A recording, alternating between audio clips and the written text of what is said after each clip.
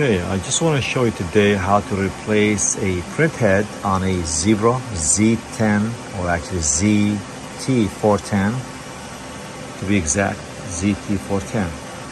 So you can see the printhead, the ribbon and all that stuff, just to disregard all this matter. So the first thing is we need to do is I would just shut it off. You can see the Ethernet cable as well as the power to it. You go right in the back, and there is the power bar right there where you could see is being plugged in. So let's just shut it off, and then we're gonna go back here, and it's gonna shut off, says shutting down, and it did. On the side, you just lift this door all the way up, and we lay it down. Now, with this printhead, it's really a little bit easier, but I've seen much easier than that. But anyway, it used to be the older one where there is a pin, but in this case you don't. What we need to do is, first, you see right here, let me see if I can make a little close-ups. You see where it shows lock and unlock?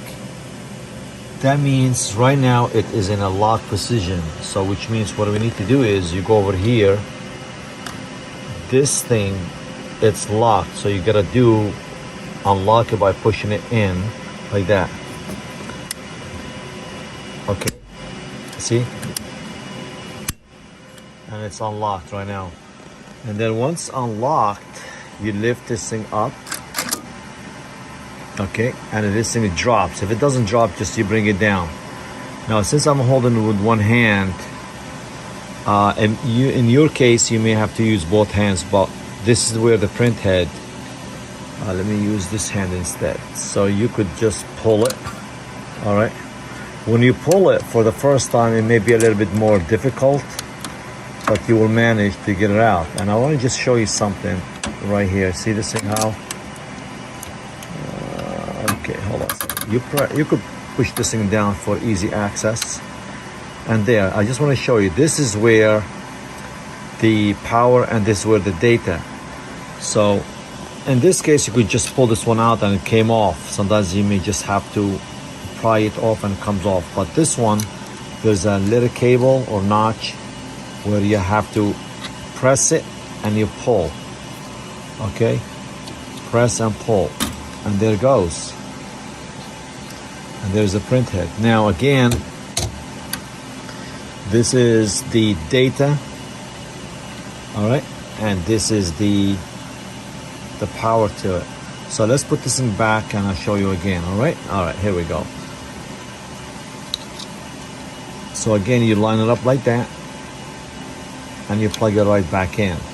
So once you push both these cables in, make sure they're nice and firm, as you can see right there, which is this is the data, this is the power, and then you just lift the printhead slowly,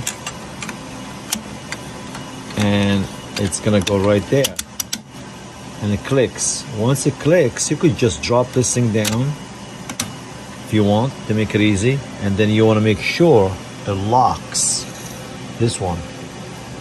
Okay, let me use my other hand for easy to make sure it locks it. See? All right, and once it locks, you want to make sure this one goes back in before that first, which I forgot. And you just push this in and then this handle down. And once it's all done, you could make sure this thing, the ribbon, if it's not all the way in, you see it? Just in case, you push this thing all the way in and you just pull it like that. All right, let's see a little bit more. Okay, and then you push this handle right here down, and then you want to make sure this is locked. See, it's locked. Once you close the door, and then we're going to turn the power back on, which is right here. It's right next to the power. And now we're gonna just wait on the printer to come up.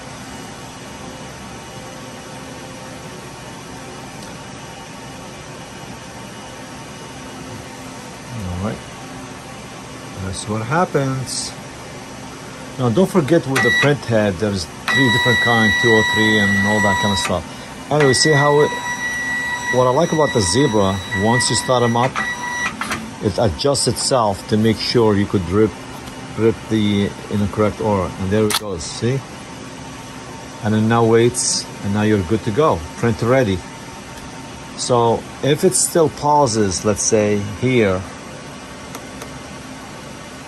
see how printer pause? And then you just release it. To feed it, you could do it again if it's not lined up.